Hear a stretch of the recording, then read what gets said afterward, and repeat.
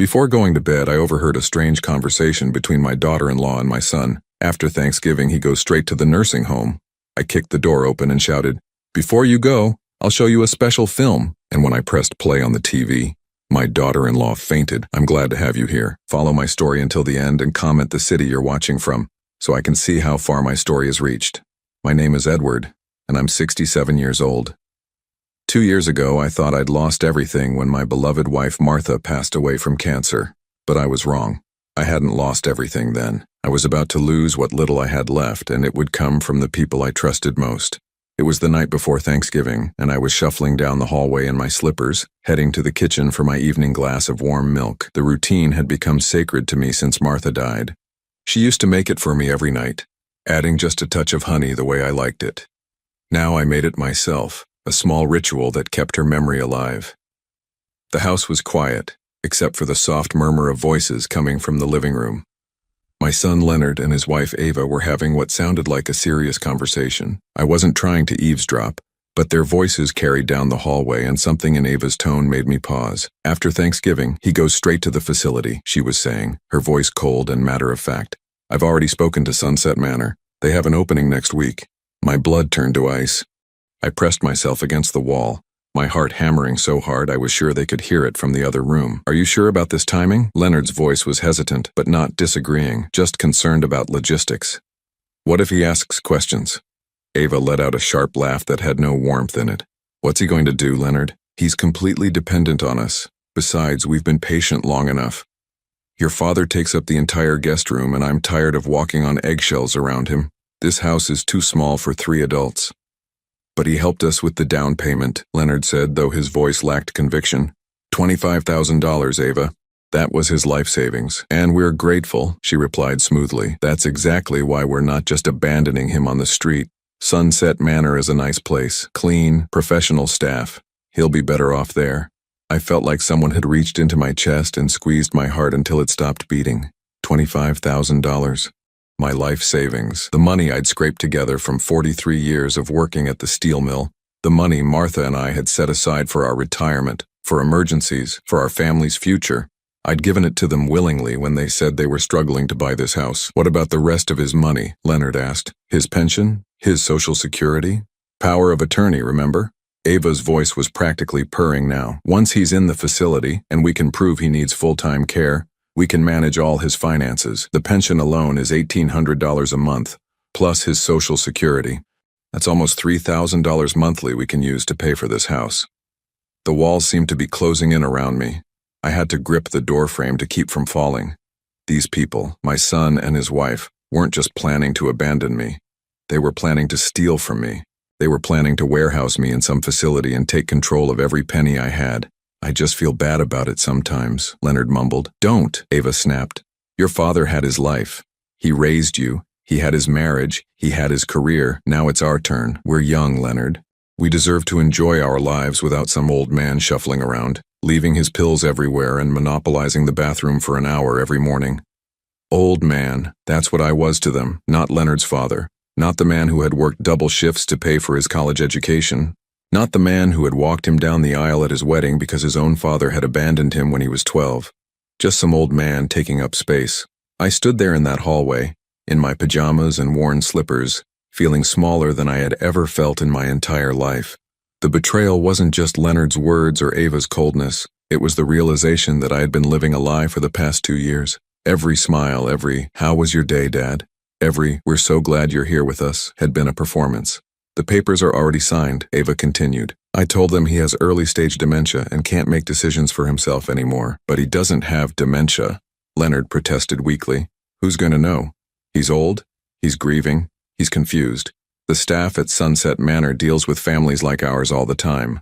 Adult children who can't handle the burden anymore." Burden. The word hit me like a physical blow.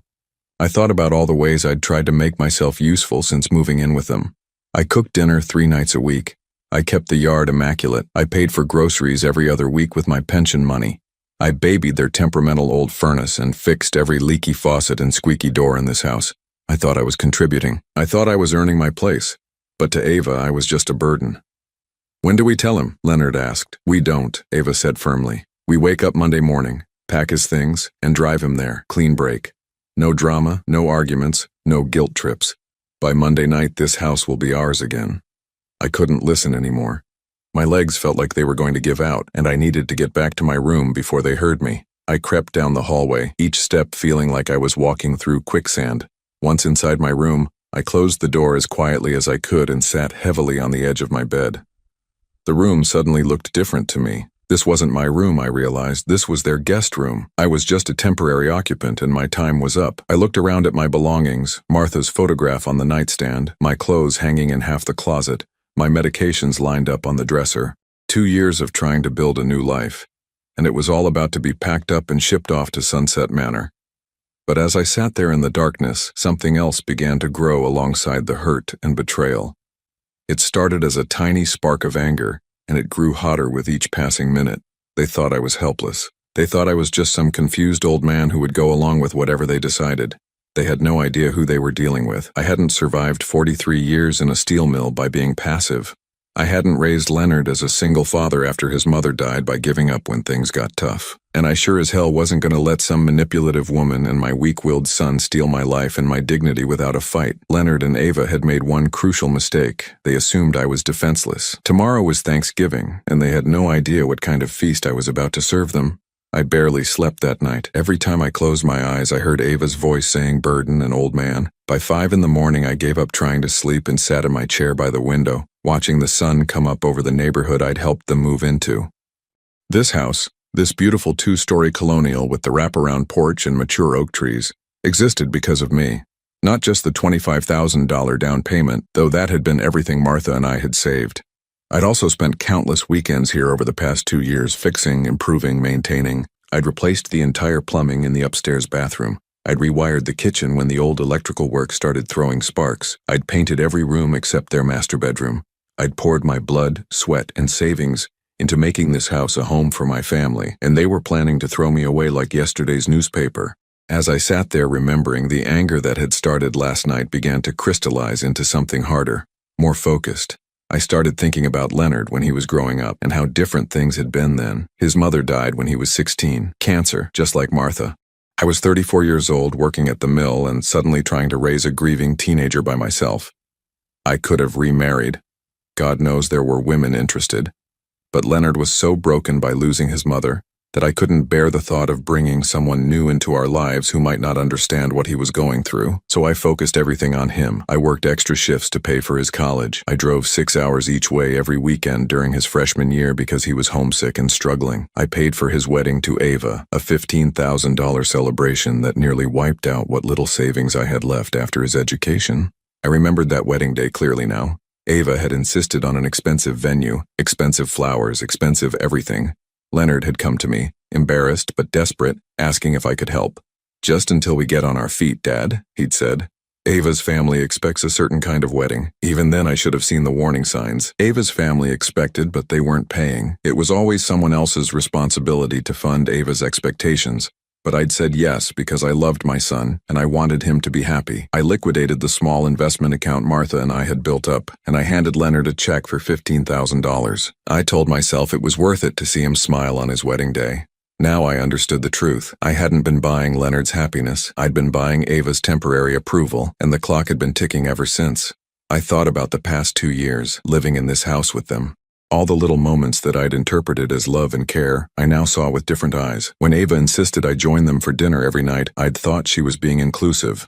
Now I realized she was keeping tabs on me, making sure I wasn't getting too independent or making outside friends. When Leonard suggested I move in with them instead of staying in the apartment Martha and I had shared, I'd thought he was being thoughtful.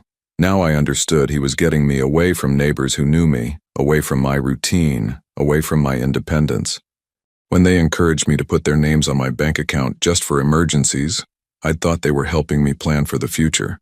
Now I knew they were planning to rob me. The worst part was realizing how they'd isolated me. Back in my old apartment, I'd had Mrs. Rodriguez next door who checked on me every day. I'd had coffee every Tuesday with my old work buddy Frank. I'd had my routines, my independence, my dignity. Here I had nothing except what they allowed me to have. But they'd made a mistake. They thought 2 years of manipulation had made me helpless, but they'd forgotten something important about me. I might be 67, but I wasn't some doddering fool. I'd managed a crew of 30 men at the steel mill for over 20 years. I'd negotiated with union representatives and plant managers. I'd solved problems, handled crises, and made decisions that affected people's livelihoods. Those skills didn't disappear just because I'd retired. I got dressed quietly and made my way downstairs. Leonard and Ava were still sleeping, which gave me time to think and plan. I made my coffee and sat at the kitchen table with a notepad, just like I used to do when I was working through a problem at the mill. First, I needed information. I walked to Leonard's home office, where he kept all the household files. I'd helped him organize this filing system when they first moved in, so I knew where everything was. I found the folder labeled Dad's Documents and felt my stomach drop. Inside were papers I'd never seen before. Power of attorney documents with my signature, but I didn't remember signing them. Medical assessments claiming I had early-stage dementia, signed by a doctor I'd never met. And worst of all, admission papers for Sunset Manor with my information filled out and a deposit already paid. My hands were shaking as I read through everything. They hadn't just been planning this for a few weeks. They'd been setting this up for months, maybe longer. Every time Ava had suggested I see a new doctor for my memory issues, she'd been building a paper trail to support their lies. I photographed every document with my phone. Martha had given me this smartphone for my 65th birthday, and she'd taught me how to use the camera. "You never know when you might need evidence of something, Eddie," she'd said with a laugh. If only she'd known how right she was. Next, I checked their financial documents. Leonard had always been careless about leaving papers out, and I found their bank statements in a stack on his desk. What I saw made my blood boil. They'd been spending my down payment money on luxury purchases, a $5,000 weekend getaway to Napa Valley last month. Ava's new car, a BMW that cost more than I'd made in 6 months at the mill. Leonard's golf club membership, which ran $800 a month. They'd taken my life savings and used it to fund a lifestyle they couldn't afford, and now they planned to take my pension and Social Security to keep the party going. I photographed those documents too. But the real discovery came when I found Ava's personal phone, which she'd left charging on the kitchen counter. I knew her passcode because I'd watched her enter it dozens of times. It was Leonard's birthday. Her text messages told the whole story. Conversations with her sister about how Leonard's dad is finally going into a home and how they'd finally have some privacy. Messages with someone named Rick that made my skin crawl, talking about their special friendship and how she'd be free to travel once I was out of the picture. And most damning of all, a conversation with someone at Sunset Manor discussing my behavioral issues and aggressive tendencies that would justify keeping me sedated and isolated. They weren't just planning to steal from me. They were planning to drug me into compliance. I saved screenshots of everything and sent them to my own phone. Then I deleted the evidence of my snooping from her phone. As I sat there in their kitchen, surrounded by the evidence of their betrayal, I felt something I hadn't felt in years. Purpose, focus, the same feeling I used to get at the mill when a crisis hit and everyone looked to me for solutions. Leonard and Ava thought they were dealing with a confused, helpless old man. They were about to learn that they'd picked a fight with the wrong person. Tomorrow was Thanksgiving, and I was going to give them a meal they'd never forget. Thanksgiving morning arrived gray and cold with a light drizzle that matched my mood perfectly. I woke up early, as I always did, and made my coffee in the quiet kitchen while Leonard and Ava slept in. For the first time in months, I felt completely calm. There's something liberating about knowing exactly where you stand, even when that place is on the edge of a cliff. I'd spent most of the previous day making preparations, and now everything was in place. Today would be the last Thanksgiving this family would ever spend together, though Leonard and Ava had no idea what was coming. By 7 in the morning, I was in the kitchen starting the turkey. Ava had assigned me cooking duties weeks ago, which at the time had felt like she was including me in the family traditions. Now I understood it differently. She wanted me to do the work while she took credit for hosting a beautiful holiday meal. It was fitting, really. One last time doing everything while they enjoyed the benefits. I stuffed the 20-pound bird with Martha's recipe, the one I'd been making for 30 years.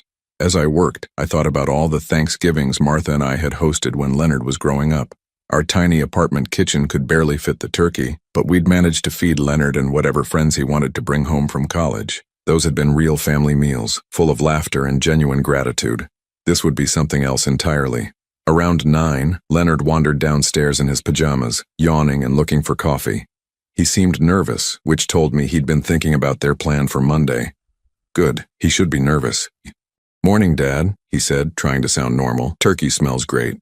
"Just like your mother used to make," I replied, not looking up from the potatoes I was peeling. She always said Thanksgiving was about being grateful for family. I watched him flinch slightly at that. Leonard had always been a terrible liar, even as a child. He got that from his mother, who couldn't keep a secret to save her life. It was one of the things I'd loved about her. Yeah, well, Leonard mumbled, pouring his coffee. Mom always made everything special. She did, I agreed. She also taught me that family loyalty is everything, that you stand by the people you love no matter what. Leonard's hand shook slightly as he lifted his coffee cup, and I knew my words were hitting their target. He excused himself and went back upstairs, probably to report to Ava that I was acting strange. Let him. Today, I wanted them both on edge. Ava emerged around 10:30, dressed in a cream-colored sweater that probably cost more than my monthly pension. She'd done her hair and makeup as if we were expecting company, though it would just be the three of us. Everything about Ava was performance, I realized. Even her marriage to my son was just another show. "Edward, you've been busy," she said, surveying the kitchen with that fake smile she'd perfected. "Everything looks wonderful." "I wanted today to be special," I told her, meeting her eyes directly. "I have a feeling it's going to be memorable." Something flickered across her face at that. A moment of uncertainty, but she recovered quickly and started fussing with the table settings, rearranging things that didn't need rearranging. Nervous energy, I realized. She was feeling the pressure too. Perfect. While they both bustled around the house, pretending everything was normal, I made my final preparations. I'd hidden a small digital recorder in the living room the night before, tucked behind one of Ava's decorative pillows. I'd also set up my laptop in my bedroom, connected to the living room television through the wireless system Leonard had installed last Christmas. Everything was ready. The meal itself was tense, though I don't think Leonard and Ava realized how obvious they were being. They kept exchanging glances, and Ava kept steering the conversation toward safe topics like the weather and Leonard's work. Neither of them mentioned any plans for the weekend, which was telling. Normally, Ava would spend the entire meal discussing her Black Friday shopping strategy. "This is delicious, Dad," Leonard said, cutting into his turkey. "You really outdid yourself." "I wanted to make sure everything was perfect," I replied. "After all, this might be our last family dinner for a while." Both of them froze at that. Ava's fork stopped halfway to her mouth, and Leonard's chewing slowed to a stop. "What do you mean?" Ava asked carefully. I shrugged, playing innocent. "Oh, just that the holidays are busy. People get caught up in their own lives. Sometimes families drift apart without even realizing it." "That's not going to happen to us," Leonard said quickly. "We're family. We stick together." The irony of those words, coming from someone who was planning to abandon me in 48 hours, was almost too much to bear. But I kept my expression neutral. "Of course," I said. "Family is everything." After dinner, we moved to the living room for coffee and the pumpkin pie I'd made from scratch. This was it. This was the moment I'd been building toward all day. "You know," I said, settling into my chair with my coffee, "I've been thinking a lot lately about family memories, about the importance of preserving the truth." Ava and Leonard were sitting on the couch together, both looking increasingly uncomfortable. "The truth?" Ava asked. "Well, yes," I said, reaching for the television remote. "Sometimes people remember things differently than they actually happened. That's why I've started keeping better records of important conversations." Leonard's face went pale. "Dad, what are you talking about?" "I think it's better if I just show you," I said, and clicked on the television. The screen came to life, displaying my laptop desktop. I'd spent hours the night before organizing everything into a clear, devastating presentation. The first thing that appeared was a folder labeled Evidence. "What is this?" Ava demanded, but her voice was already shaking. "This," I said calmly, "is the truth about our family." I clicked on the first file, and the audio from their conversation 2 nights ago began to play through the television speakers. Their own voices filled the room, crystal clear and undeniable. "After Thanksgiving, he goes straight to the facility. I've already spoken to Sunset Manor. They have an opening next week." Leonard's coffee cup slipped from his hands and shattered on the hardwood floor. Ava's face drained of all color as she listened to her own voice discussing my behavioral issues and how they planned to drug me into compliance. "Turn it off," she whispered. "Oh, but we're just getting started," I said, and clicked to the next file. This time it was screenshots of their text messages blown up large enough to read easily. Ava's conversations with her sister about getting rid of the old man. Her messages with Rick about their affair and her plans to travel once I was taken care of. Leonard's emails to Sunset Manor, lying about my mental state and authorizing them to sedate me if I became difficult. "You can't do this," Ava said, but she was swaying in her seat like she might faint. "Actually, I can," I replied. "It's all perfectly legal. These are recordings made in my own home, of conversations about my own life. I have every right to document threats against my well-being. I clicked to the next file, their bank statements showing how they'd spent my $25,000 down payment on luxuries. The evidence was overwhelming and undeniable. "Dad, please," Leonard began, but I held up my hand. "I'm not finished," I said, and clicked on the final file. This one was a video I'd recorded that morning. Sitting in this very chair, it showed me, calm and clearly competent, explaining exactly what Leonard and Ava had planned to do to me. I detailed their lies about my mental state, their plans to steal my pension and Social Security, and their intention to have me drugged in a nursing home. "This video," I said as my recorded image spoke on the screen, "along with all the other evidence, has been sent to my lawyer, to the police, and to the State Attorney General's office for elder abuse investigation." That's when Ava finally broke. She let out a strangled cry and pitched forward off the couch, hitting the floor in a dead faint. Leonard scrambled to catch her, but he was too late. I looked down at them both, him kneeling on the floor trying to revive his unconscious wife, her lying there like a broken doll, and felt nothing but cold satisfaction. "The funny thing is," I said conversationally as Leonard patted Ava's face trying to wake her up, "I really was planning to go along with whatever you decided. I thought maybe you knew something I didn't about what was best for me." Leonard looked up at me with tears in his eyes. "Dad, I'm sorry. I'm so sorry. We can fix this." I shook my head. "No, son. Some things can't be fixed, but they can be paid for."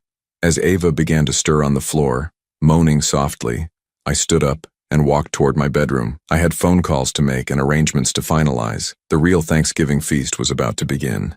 The silence that followed was deafening. Ava lay on the living room floor, Leonard kneeling beside her with a wet cloth he'd grabbed from the kitchen. She was conscious now, but barely coherent, mumbling something about lawyers and mistakes.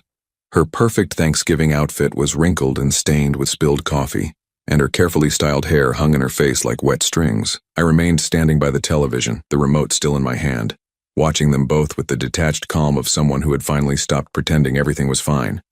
"Help me get her to the couch," Leonard pleaded, but I didn't move. "She'll be fine," I said. "Shock wears off quickly, trust me, I know."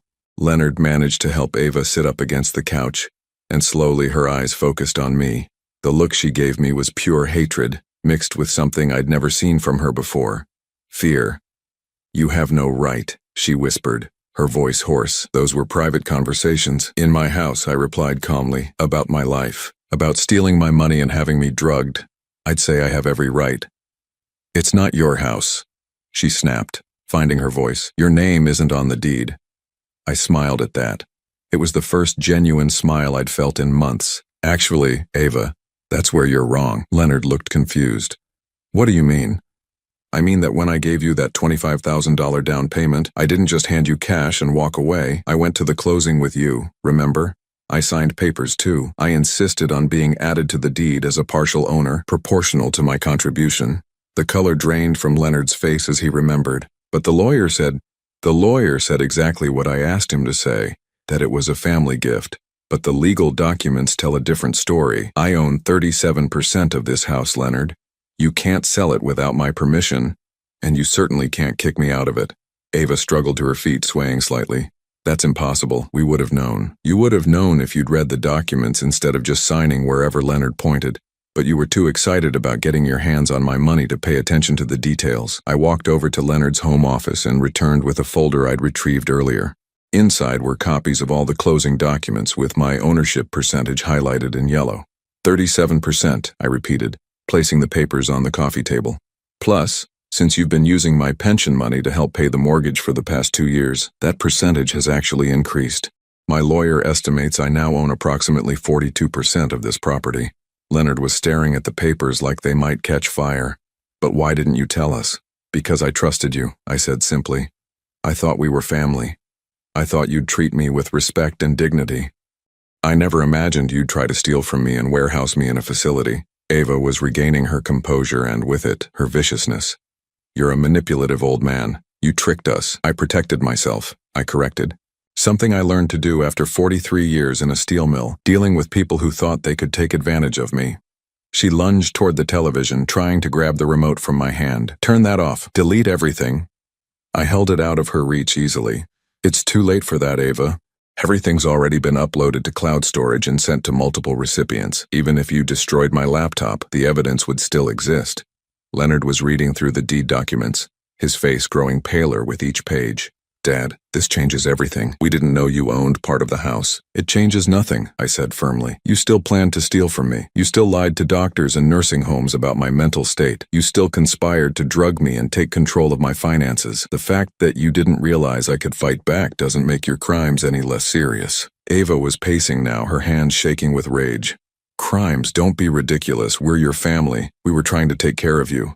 By lying about my mental health, by planning to have me sedated, by stealing my pension, I shook my head. That's not care, Ava, that's elder abuse and it's a felony. The weight of that word, felony, hit them both like a physical blow. Leonard sank into his chair and Ava stopped pacing. What do you want? Leonard asked quietly. I want my dignity back, I said. I want my independence back, and I want both of you out of my life. You can't kick us out, Ava protested. Even if you own part of the house, we own the majority. True, I agreed, but I can make your lives very uncomfortable. I can refuse to sign any sale documents if you decide to move. I can demand my share of the equity if you want to refinance. I can invite friends over whenever I want, since this is my home too. I can play my music as loud as I want, cook whatever I want, come and go as I please. I paused, letting that sink in. Or, I continued, I can make this very simple for everyone. Leonard looked up hopefully. What do you mean? I mean, I'll sell you my share of the house, fair market value based on a professional appraisal. You can buy me out and I'll disappear from your lives forever. Ava's eyes narrowed. How much? I'd already had the house appraised, of course. I'd been busy over the past 24 hours. The current market value is $380,000. My 42% share comes to $159,600. Leonard choked. We don't have that kind of money. Then you'll need to get a loan. Or sell the house and split the proceeds. Either way, you'll have your freedom and I'll have mine. This is extortion, Ava hissed. No, I said calmly. This is business. You wanted to steal my pension and Social Security to pay for your lifestyle. This way, you get to keep your house, and I get fair compensation for my investment. Everyone wins. Ava was looking desperate now. What about the nursing home? We've already paid the deposit. That's your problem, I replied. You should have asked me before making decisions about my life. Leonard was staring at his hands, finally understanding the full scope of what they'd done. Dad, I'm sorry. I know that doesn't fix anything, but I need you to know that I'm ashamed of what we planned. Are you? I asked. Or are you just sorry you got caught? He looked up at me with tears in his eyes. I'm sorry for all of it. I'm sorry I let Ava convince me that this was the right thing to do. I'm sorry I betrayed you. I'm sorry I forgot everything you taught me about integrity and family loyalty. For a moment, I almost softened. This was my son, the boy I'd raised, the young man I'd sacrificed everything for. But then I remembered his voice on that recording discussing my behavioral issues and agreeing to have me drugged. I appreciate the apology, I said finally. But it doesn't change anything. Trust once broken can't be repaired with words. Ava had been quiet for several minutes, but now she spoke up, her voice cold and calculating. Fine, we'll buy you out, but it will take time to arrange financing. You have 30 days, I said. After that, I start charging rent for my bedroom and I'll be inviting friends over regularly. Remember, this is my home too. 30 days isn't enough time, Leonard protested. It's more time than you were planning to give me, I pointed out. Monday morning, remember? Pack his things and drive him to Sunset Manor? Leonard winced at his own words being quoted back to him. I've already spoken to a lawyer, I continued. Everything is documented and legal. If you try to force me out or interfere with my daily life in any way, I'll file charges immediately. Elder abuse, financial exploitation, conspiracy to commit fraud. The authorities take these things very seriously these days. Ava was studying me with new eyes as if seeing me for the first time. You planned all of this. I protected myself, I corrected again. Something you should have expected from a man who survived 67 years in this world. The afternoon sun was setting outside, casting long shadows across the living room. What should have been a peaceful Thanksgiving evening felt more like the aftermath of a war. In a way, I suppose it was. I'll be in my room, I announced, standing up. I suggest you two start making some phone calls. Banks, mortgage companies, whatever it takes. The clock is ticking. As I walked toward the hallway, Ava called after me. You'll regret this, Edward. Family is all you have left. I turned back to look at them both, sitting in the wreckage of their schemes and lies. No, Ava, I said quietly. Family is what I thought I had. What I actually had was two people using me until I was no longer useful. The difference is, I finally learned to tell the difference. The last thing I heard as I closed my bedroom door was Ava's voice, sharp and angry. berating Leonard for his stupidity and weakness. Their perfect marriage was already showing cracks under pressure. Good. Let them turn on each other. I had my own future to plan. The next 3 weeks passed in an atmosphere of Cold War. Leonard and Ava moved through the house like ghosts, speaking to me only when absolutely necessary, and conducting their frantic phone calls behind closed doors. I could hear fragments of their conversations, desperate calls to banks, heated arguments about credit scores and loan applications, bitter fights about whose fault this whole mess was. I, meanwhile, had never been more productive. I spent my days reorganizing my life with the methodical precision I'd once used to manage mill operations. I opened a new bank account at a different institution and had my pension and Social Security deposited there directly. I hired a moving company to pack up and store Martha's belongings, things I'd been too sentimental to deal with before. I even bought myself a new car, a reliable Honda that would serve me well in whatever came next. Most importantly, I contacted my old friend Frank, who'd retired from the mill 3 years before me. His wife had passed 6 months ago and he'd been struggling with loneliness in the big house they'd shared for 42 years. "Eddie," he'd said when I called, "I was just thinking about you. How's life with the kids?" "Complicated," I'd told him. "Actually, that's why I'm calling. How would you feel about getting a roommate?" By the end of that conversation, Frank and I had worked out an arrangement that would benefit us both. He had a 4-bedroom house with no mortgage and too much space for one person. I had a buyout coming that would let me pay my fair share of utilities and groceries while maintaining my independence. We'd known each other for 30 years, fought side by side through union negotiations and plant closures. We understood each other in ways that didn't require explanation. Leonard and Ava, meanwhile, were discovering just how financially precarious their position really was. Without my pension money helping with the mortgage, they were stretched thin. Leonard's salary as a mid-level manager barely covered their basic expenses, and Ava had never held a steady job in the 3 years they'd been married. The luxurious lifestyle they'd built on my money was crumbling fast. On a gray December morning, exactly 26 days after Thanksgiving, Leonard knocked on my bedroom door. "Dad, can we talk?" I opened the door to find him looking haggard and defeated. His clothes were wrinkled, his hair unwashed, and he had the hollow-eyed look of someone who hadn't been sleeping well. "What's on your mind?" I asked, though I had a pretty good idea. "We can't get the loan," he said simply. "Every bank turned us down. Our debt-to-income ratio is too high, and with Ava not working."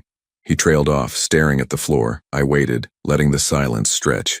"The thing is," he continued finally, "we called around to some real estate agents. Even if we sold the house after paying off the existing mortgage and the real estate fees, there wouldn't be enough left to pay you your share." "I see," I said calmly. "And what does Ava think about this development?" Leonard's face twisted with something between pain and embarrassment. "Ava thinks we should fight you in court, try to prove that the ownership documents were signed under duress or something." "And what do you think?" He looked up at me with eyes that reminded me of the 16-year-old boy who'd lost his mother all those years ago. "I think I've already lost my father, and fighting you in court won't bring him back." For the first time since Thanksgiving, I felt a flicker of the old affection for my son, but it was immediately tempered by the memory of his voice on that recording, casually discussing how to drug me into compliance. "What are you proposing, Leonard?" "I don't know," he admitted. "I was hoping maybe you had some ideas." I studied his face for a long moment. There was genuine remorse there, I thought, but also desperation. Leonard had always been weak-willed, easily influenced by stronger personalities. First by his grief after his mother died, then by his desire to please Ava, now by his fear of losing everything. "I might have a solution," I said finally, "but you're not going to like it." Hope flickered in his eyes. "What is it?" "Ava has to go." The hope died instantly. "Dad, I can't just—" "She's the problem, Leonard. She's always been the problem. You were a decent man before you married her, and you might be one again after she's gone. But she's my wife. She's a woman who convinced you to betray your own father for money," I said bluntly. "She's a woman who's been cheating on you with someone named Rick while planning to use my pension to pay for her affair." Leonard's face went white. "What are you talking about?" "I have her text messages, remember? She's been seeing this Rick person for months. They have plans to travel together once you got my money under control. Did you really think she'd stick around once the financial pressure got too intense?" I pulled out my phone and showed him the screenshots I'd saved. Leonard read them in silence, his face cycling through shock, pain, and finally, a cold anger I'd never seen from him before. "She's been planning to leave me," he said quietly. "The moment she got what she wanted," I confirmed. "You were just a means to an end, son. A way to get access to my money in this house." Leonard sank into the chair by my window, holding his head in his hands. I'm such an idiot. You're a man who fell in love with the wrong woman, I said, more gently than I'd spoken to him in weeks. It happens to the best of us. What am I supposed to do now? You divorce her, I said simply. You file for divorce on grounds of adultery, and you use those text messages as evidence. Then you and I work out a new arrangement. Leonard looked up at me suspiciously. What kind of arrangement?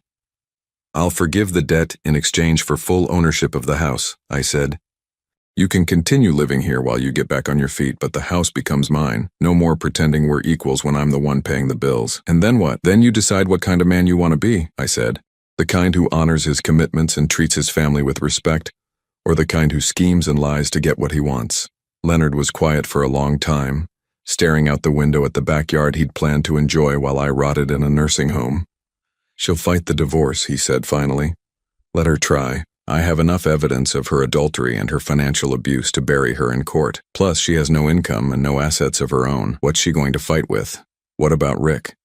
What about him? He's been having an affair with a married woman who was planning to steal from her elderly father-in-law. You think he's going to stick around when this gets messy? Leonard nodded slowly, understanding dawning on his face. You really think she'll just leave? I think Ava is a predator who moves on when her current target stops being profitable, I said. Give her 2 weeks of legal bills and public humiliation and she'll be gone. The conversation was interrupted by the sound of the front door slamming. Ava was home from whatever shopping expedition she'd been on, probably charging more debt to credit cards they couldn't afford to pay. Leonard, her voice called from downstairs. Where are you? We need to talk. Leonard and I looked at each other. Now or never, I said quietly. He took a deep breath and stood up. I guess it's time to find out who I really am. As we walked downstairs together, I felt something I hadn't experienced in months. Respect for my son. Not love, not yet. That would take time to rebuild if it ever could be. But respect for a man finally ready to face the consequences of his choices. Ava was in the kitchen, surrounded by shopping bags from expensive stores. She looked up as we entered, and I saw her eyes narrow as she took in our unified front. What's going on? She asked. But her voice was already tense with suspicion. Leonard walked over to the kitchen counter and picked up his laptop. I need to show you something, Ava. Leonard, what are you doing? But she was already backing toward the door, her predator's instincts telling her that the game had changed. I'm showing you some text messages, Leonard said, opening the laptop and turning it toward her. Messages between you and Rick about your plans for after we got control of Dad's money. Ava's face went through the same color changes I'd watched Leonard experience upstairs. Shock, denial, fear, and finally, cold calculation. Those are fake, she said quickly. He's manipulating you, Leonard. Can't you see what he's doing? Are they fake? Leonard asked quietly. Are the messages about leaving me once you got what you wanted fake? Are the plans to travel with Rick fake? Ava glanced between us, realizing that her usual tactics weren't going to work this time. When she spoke again, her voice was different, harder, more honest than I'd ever heard it. Fine, she said. Yes, I was planning to leave, but can you blame me? Look at this life, Leonard. Look at what we've become. Struggling to pay bills, taking care of your decrepit father, stuck in this boring suburban nightmare. So you decided to steal from him and abandon me? I decided to take what we deserved and start over somewhere better, with someone who actually has ambition. Leonard nodded slowly, as if her words were confirming something he'd already known, but been afraid to admit. I want you out, he said simply. You can't kick me out. I'm your wife. Not for much longer. Leonard's voice was steady now, resolved. I'm filing for divorce tomorrow. Adultery and financial abuse. Dad has evidence of everything. For the first time since I'd known her, Ava looked genuinely afraid. Leonard, please, we can work this out. I'll break it off with Rick. We can go to counseling. It's too late for that. You'll have nothing without me, she said desperately. You'll lose the house, your credit will be ruined, you'll be stuck taking care of your father until he dies. Leonard looked at her for a long moment, then glanced at me. Maybe, he said, but at least I'll be able to look at myself in the mirror. Ava's desperation turned to fury in an instant. You're both pathetic, she snarled. A weak, spineless man and a manipulative old fool. You deserve each other. She stormed out of the kitchen and we could hear her stomping around upstairs, presumably packing. Leonard and I stood there in the silence, listening to drawers slamming and closet doors banging. How do you feel? I asked him. Terrified, he admitted, but also relieved, like I can finally breathe again. Within 2 hours, Ava was gone. She left with 3 suitcases and a stream of threats about what her lawyer would do to us. She also left behind about $15,000 in credit card debt and a car lease she couldn't afford, but she was gone. That evening, Leonard and I sat in the living room where this had all started a month earlier. The atmosphere was completely different now, not warm exactly, but honest in a way it had never been before. "I'm sorry, Dad," Leonard said quietly. "I know I keep saying that, but I need you to know I mean it." "I know you do," I replied. "The question is, what are you going to do about it?" "Whatever it takes," he said, "however long it takes." I nodded. "We'll see." It wasn't forgiveness, not yet, but it was a beginning. 6 months later, I was sitting on Frank's back porch, watching the sunset paint the sky in shades of orange and pink that reminded me of the sunsets Martha and I used to watch from our old apartment balcony.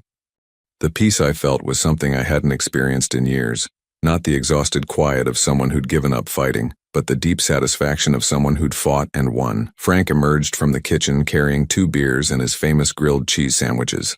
At 71, he moved a little slower than he used to, but retirement had been kind to him. We'd fallen into an easy routine over the past months, 2 old friends who understood the value of companionship without constant conversation. "Any word from Leonard today?" Frank asked, settling into his chair with a grunt. "He called this morning," I said, accepting the beer gratefully. "The divorce is final as of yesterday." "How's he holding up?" "Better than I expected. Ava tried to fight for half the house, but when her lawyer saw the evidence of adultery and financial abuse, they settled quickly. She got nothing except her personal belongings and her debt." Frank chuckled. "Karma's a funny thing, isn't it?" "Sometimes," I agreed. "Leonard's been working 2 jobs to pay off the credit cards she left behind, but he says it feels good to be earning his way honestly again." The truth was, Leonard had surprised me over the past months. Without Ava's influence, he'd reverted to something closer to the man I'd raised. He was working as a manager at a local hardware store during the day and doing freelance bookkeeping in the evenings. It wasn't glamorous work, but it was honest, and he seemed to take pride in it again. He'd also been slowly paying me back for the money they'd stolen, $500 at a time. I didn't need it. My pension and Social Security were more than enough for my modest needs, but I understood that he needed to do it. Some debts weren't really about money. "You know what I heard today?" Frank said, taking a sip of his beer. "Mrs. Patterson from down the street told me that Ava's been calling around the neighborhood, trying to get people to feel sorry for her, claiming you and Leonard conspired against her." "What did Mrs. Patterson tell her?" "That anyone who'd try to put a good man like you in a nursing home against your will deserved whatever she got." Frank grinned. Apparently Ava didn't like that response. I wasn't surprised that Ava was still trying to play the victim. According to Leonard, she'd moved in with Rick temporarily, but that relationship had soured quickly once Rick realized she came with baggage and no money. Last he'd heard, she was living with her sister in another state, still claiming that everyone had treated her unfairly. Some people never learned to take responsibility for their choices. My phone buzzed with a text message, and I smiled when I saw it was from Leonard. "Having dinner with Sarah tomorrow night, thought you should know. Sarah was a nurse at the clinic where Leonard had been getting counseling. She was a widow with 2 teenage children, and from what Leonard had told me, she was everything Ava wasn't: kind, hardworking, and completely unimpressed by material possessions. They'd been taking things slowly, which showed a maturity in Leonard that I hadn't seen in years." "Good news?" Frank asked, noticing my smile. "Leonard's got a date tomorrow night." "The nurse?" "The same one." I'd told Frank about Sarah, of course. After 6 months of living together, we'd shared most of our important stories. "I think this one might be different. You sound hopeful." "I am," I admitted. "For the first time in years, I think Leonard might actually be happy. Really happy, not just trying to please someone else." Frank nodded thoughtfully. "What about you? You happy?" It was a good question. Was I happy? I thought about the past year. The betrayal, the confrontation, the months of rebuilding. It had been painful, but it had also been necessary.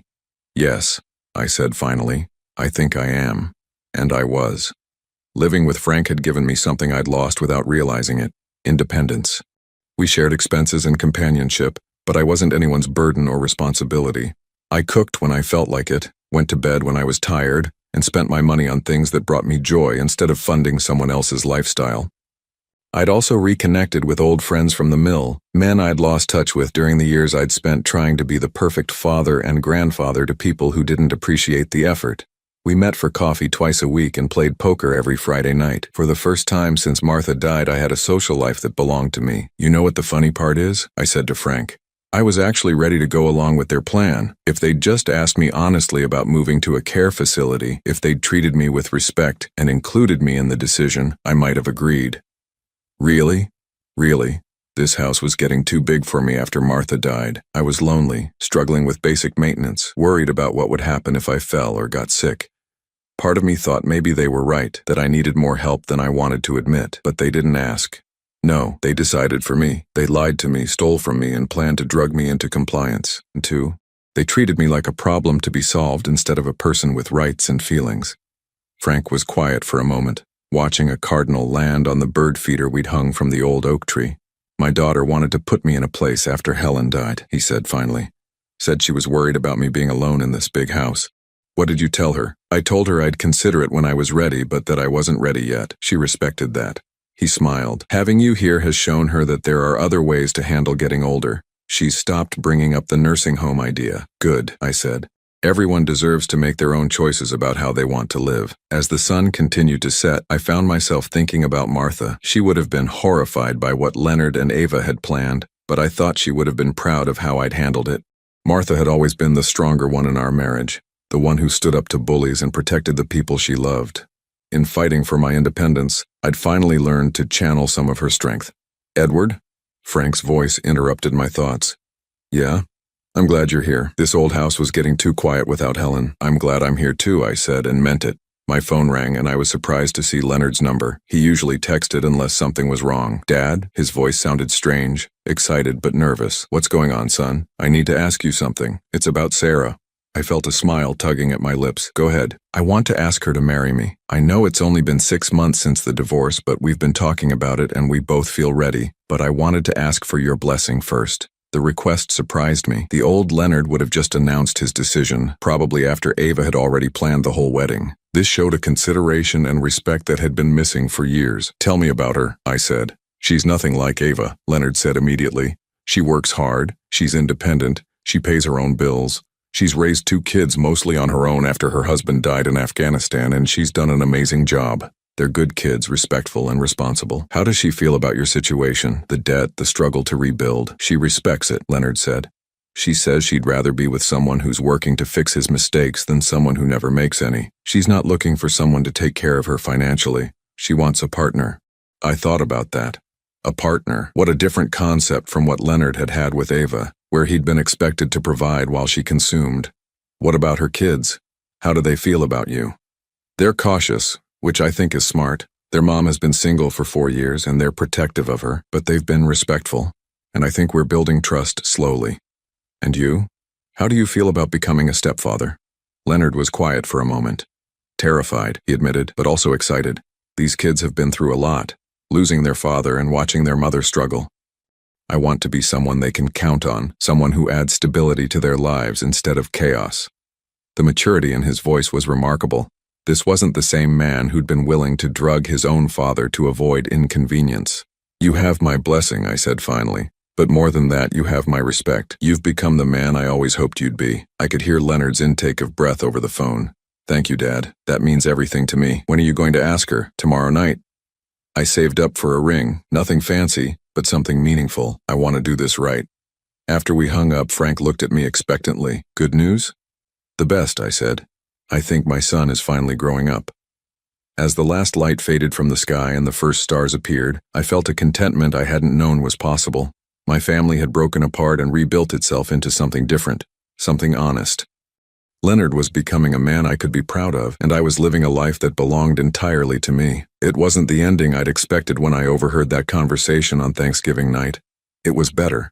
Because sometimes, when you finally stop trying to be what other people want you to be, you discover who you really are. And sometimes, if you're very lucky, the people who matter most discover it too.